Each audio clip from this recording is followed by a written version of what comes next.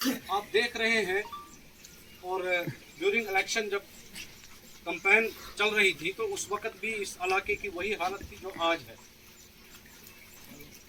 और हमने बहुत सारी उम्मीदें वाबस्ता कर रखी हैं जनाबे वाला से खास तौर पर, और हमारी उम्मीदों पर हम ये नहीं चाहते हैं कि पानी फिरे, और हम ये चाहते हैं कि हमारी उम्मीदें बरकरार रहें डॉक्टर साहब से। जिस तरह से आज इस रोड की इनॉग्रेशन हुई, और ये रोड विद इन डेज तो मैं नहीं कहूँगा, लेकिन विद इन मंथ्स में कह सकता हूँ कि मल्हार को टच करेगा।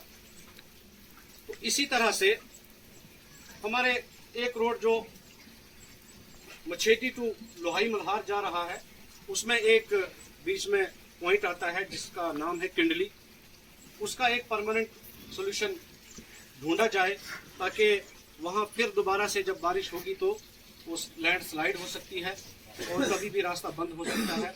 जिस तरह से हमने इससे पहले रास्ता बंद होने की वजह से बहुत सारी मुसीबतों का सामना किया, तो हम नहीं चाहते हैं कि आगे जब बारिश हो, बर्फबारी हो, तो वो रोड बंद हो जाए। और ये रोड भी अभी खुल नहीं सकता है, इसको भी अभी वक्त लगेगा, तो उसकी तरफ थोड़ा एक ध्यान दिया जाए। और जनाबे वाला ने और हमारे हिमराज साहब ने ये कहा कि हमें एक बैंक की सख्त जरूरत है इस इलाके में। तो मैं कहना चाहूँगा कि ब्लॉक लोहाई मल्हार में जो 6 पंचायतें हैं, 6 पंचायतों में मलाड़, मल्हार, थाल और लोहाई, बदनोता, किंडली, ये वो पंचायतें हैं जिनमें बैंक की सुविधा अभी तक नहीं है। तो मैं चाहता हूं कि डॉक्टर साहब इस पर थोड़ा ध्यान दें ताकि इन इलाकों को, ये जो 6 पंचायतें हैं जो इनकी देरीना एक डिमांड है कि एक बैंक होना चाहिए इस इलाके में, ताकि हमें यहाँ से बिलावर ना जाना पड़े, या यहाँ से किशनपुर ना जाना पड़े, या यहाँ से हमें कहीं और ना जाना पड़े अपना पैसा निकालने के लिए या फिर अपने अकाउंट्स खुलवाने के लिए। छोटे छोटे बच्चे हैं, उनको भी प्रॉब्लम आती है, क्योंकि अब तो बच्चा जब स्कूल में दाखिल होता है तो उसको भी अकाउंट की ज़रूरत रहती है। तो इसलिए डॉक्टर साहब से गुजारिश है कि इसकी तरफ ध्यान दिया जाए। और दूसरी बात है हमारे एजुकेशन डिपार्टमेंट्स की। तो स्कूलों का काम तो बेहतरीन तरीके से, अच्छी तरीके से चल रहा है। जो बिल्डिंग वगैरह बन रही हैं, तो मैं डॉक्टर साहब को मुबारकबाद देना चाहूँगा कि इन्होंने एक अच्छी कोशिश के ज़रिए जो है हमारे लोहाई स्कूल का जो पेंडिंग अमाउंट था उसको रिलीज़ करवाया। और इसके लिए हम सकीना इतू जी का, उमर अब्दुल्ला जी का और सेंट्रल गवर्नमेंट का भी शुक्रिया अदा करना चाहेंगे कि उन तक बात पहुंची। तो ये डॉक्टर साहब की ही वसातत से पहुंची, इन्हीं के ज़रिए पहुंची। तो इस का सेहरा भी हमारे डॉक्टर साहब को ही जाता है, उसके लिए ज़ोरदार तालियां होनी चाहिए। इसके साथ साथ हमारे हॉस्पिटल की लोहाई, जो PHC लोहाई है, देरीना डिमांड है हम लोगों की। ब्लॉक लोहाई मल्हार में ये एक ऐसा हॉस्पिटल है, ये पहले निवेदन करना चाहूँगा, इल्तिजा है, हमारी रिक्वेस्ट है कि डॉक्टर साहब इसका जो अमाउंट है वो भी पेंडिंग है, और वो भी इसकी फाइल भी कहीं कागजों में दबी हुई है। तो हम चाहते हैं कि डॉक्टर साहब उस फाइल को फॉलो करें और जल्द अज जल्द जो है हमें एक खुशखबरी सुनाएं, ताकि हमारे यहाँ इस ब्लॉक में एक अच्छा हॉस्पिटल जो है वो बन सके। इसको अपग्रेड करें या फिर इसका वो पैसा जो पेंडिंग है वो अमाउंट जो है वो रिलीज करवाएं। इसके साथ साथ हमारे लोहाई मल्हार में जो तहसील लोहाई मल्हार है, खास तौर पर हमें बहुत सारी प्रॉब्लम्स का सामना करना पड़ता है। डिपार्टमेंट आपने बिठा दिए, इसमें शक नहीं है, और इसके लिए भी हम आपके शुक्रगुजार हैं।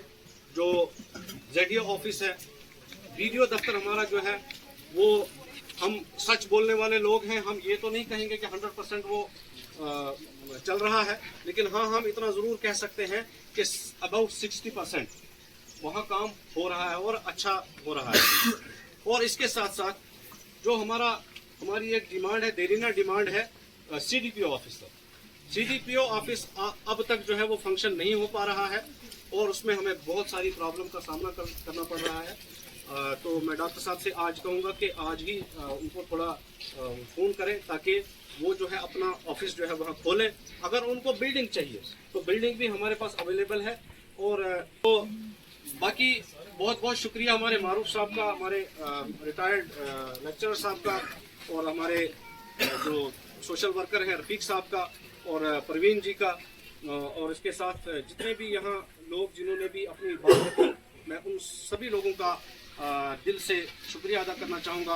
अब मैं उस शख्सियत को आपके सामने पेश करने जा रहा हूँ जिस शख्सियत की राहों में आपने हमेशा फूल बिछाए हैं और हमेशा फूल बिछाने की आपकी तमन्ना है। इन दो शेरों से मैं उनका स्वागत करूंगा और आप जोरदार तालियां अगर बजाएंगे तभी मैं ये शेर बोल पाऊंगा, नहीं तो नहीं बजा पाऊंगा। सुना है कि लोग उसे आंख भर के देखते हैं, सुना है कि लोग उसे आंख भर के देखते हैं। ये बात है तो चलो हम भी मिल के देखते हैं, ये बात है तो चलो हम भी मिल के देखते हैं। सुना है बोले तो लबों से फूल झड़ते हैं, सुना है बोले तो लबों से फूल झड़ते हैं। ये बात है तो चलो उनसे बात करके देखते हैं।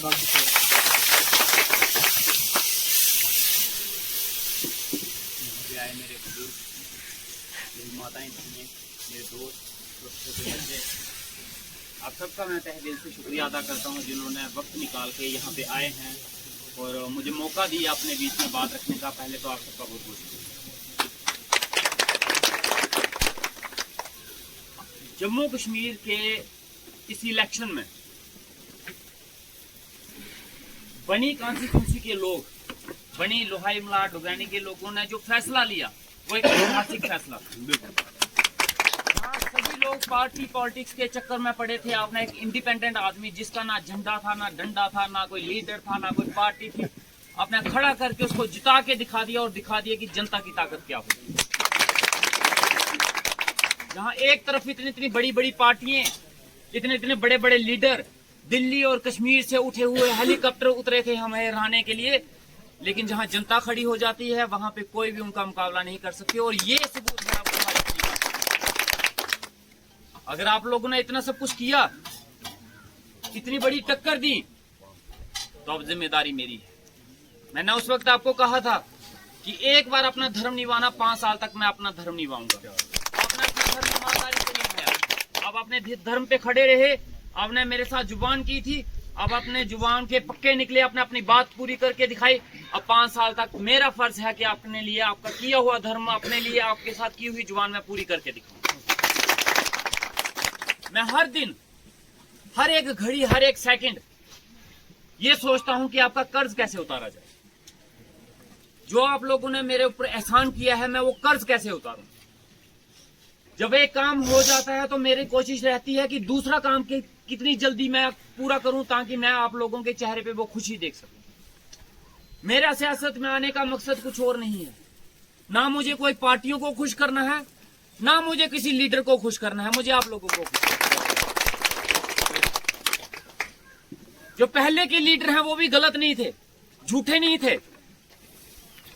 जिस जिस पे एहसान था उन्होंने उतारना है। उन पे एहसान था उनकी पार्टियों का। उनको जिताने के लिए उनकी पार्टियों ने जोर लगाया, उनके जिताने के लिए उनको पार्टियों ने पैसे दिए, बड़ा कुछ दिया, तो उनके ऊपर कर्ज था पार्टियों का, तो उन्होंने पार्टियों का कर्ज उतारना था। तो 5 साल तक उन्होंने पार्टियों का कर्ज उतारा। वो अपनी जगह सच्चे थे, वो पार्टियों के बोझ तले दबे हुए थे।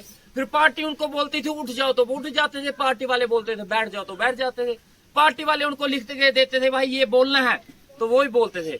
पार्टी वाले बोल देते हैं कि दिन में 10 सांसें लेनी है तो वो 10 ही लेते थे, 11वीं नहीं लेते थे। लेकिन हमारे ऊपर किसी की बंदिश नहीं है। मेरे ऊपर एहसान है तो सिर्फ आप लोगों का। आप लोगों ने मुझे जिताया है और मैं आपका चुना हुआ एक नौकर हूं। अपनी नौकरी करने के लिए एक नौकर चुना है जो आपके सामने खड़ा है।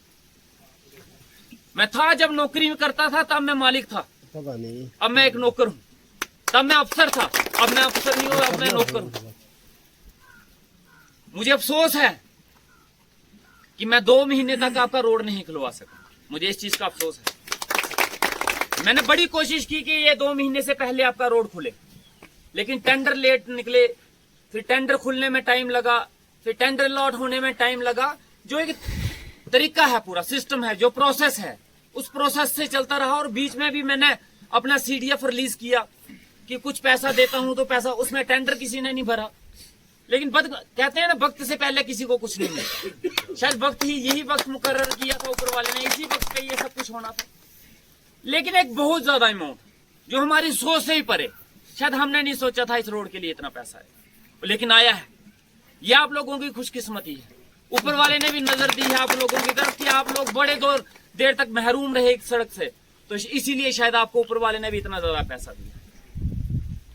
अब फर्ज है इन ठेकेदारों का कि ये ईमानदारी से काम करें। अभी नौजवान है ये लड़के, मेरे से बात करते वक्त इन्होंने पहले बोला कि MLA साहब को शिकायत का मौका हम नहीं देंगे, और ऐसा रोड बना के देंगे कि आप पूरी जिंदगी याद रखोगे कि कोई नील कंस्ट्रक्शन कंपनी आई थी और जिन्होंने यहाँ पे रोड लगाया। अभी भी मैं सुन रहा हूँ कि JCB की आवाजें आ रही हैं मेरे कानों में। अगर इन्होंने ये बात की है तो मैं भी उम्मीद करता हूँ कि अपनी जुबान पे पक्के रहेंगे। रह गई इंस्पेक्शन की बात, आज मैं मौके में आपके सामने खड़ा हूं तो इस वक्त मैं MLA हूं मौके का आपके बीच में।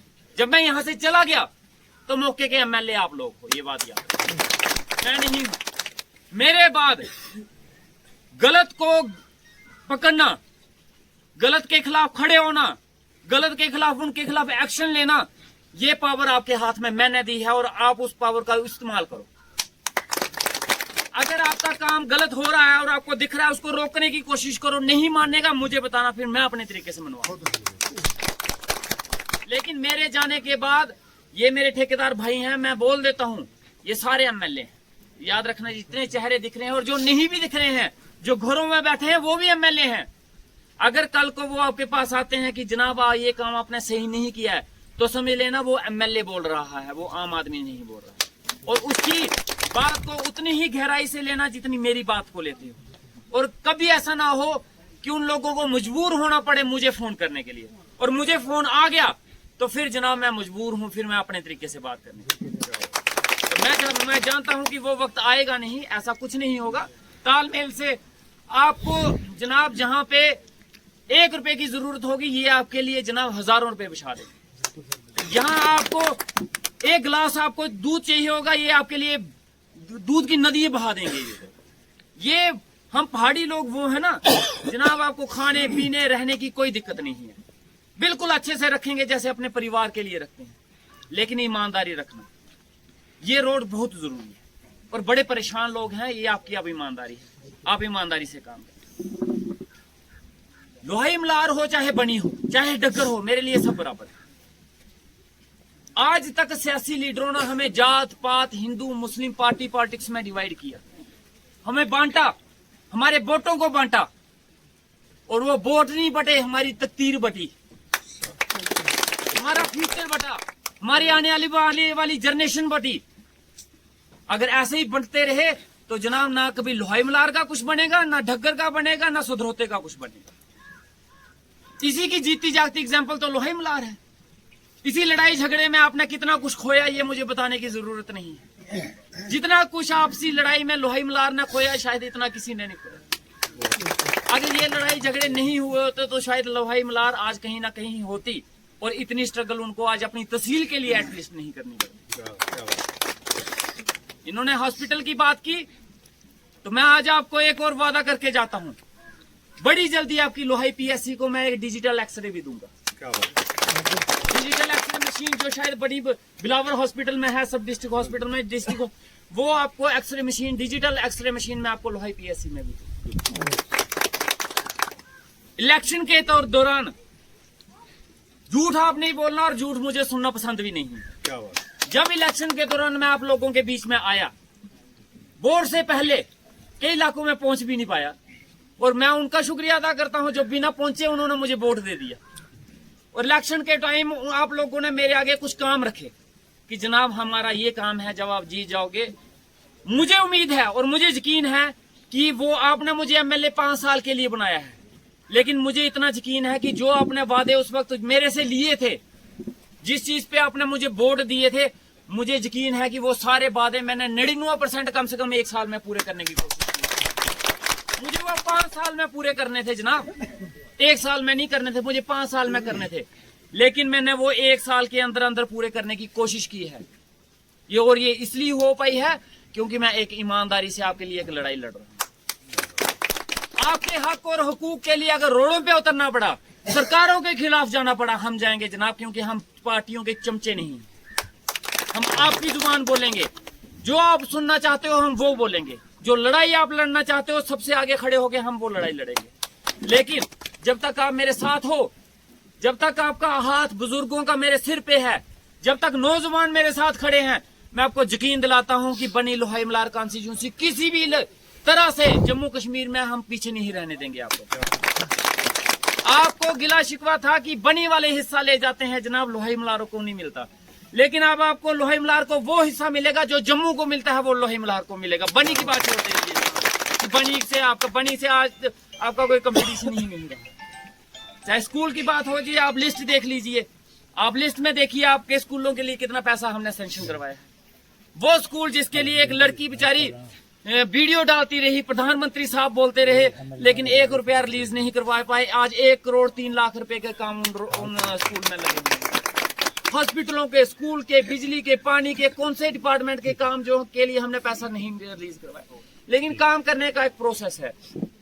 और जिनको ये लगता है कि टाइम लग रहा है, तो जनाब 10 सालों में उनके पास भी थे, 10 साल का अरसा था उन लोगों के पास। मेरे 1 साल के कामों का अपना मुकाबला उन लोगों के 10 साल के साथ कर लेना एक बार। मेरा 1 साल और 1 साल, उनका 1 साल तो भूल जाओ ना। मेरे 1 साल में जो डेवलपमेंट आपको दिखती है, उतनी डेवलपमेंट आपको पिछले 10 साल में दिखी होगी तो मुझे बताना। उनके रहते ही रहते हमारे यहाँ से SDM दफ्तर गायब हो गए, उनके रहते रहते हमारे यहाँ से तहसीलें गायब होगी, उनके रहते रहते हमारे BDO बिलावर चले गए, CDPO बिलावर चले गए, ZDO बिलावर चले गए, लेकिन वो लोग जनाब तमाशा देखते रहे यहाँ पे सतवाई का।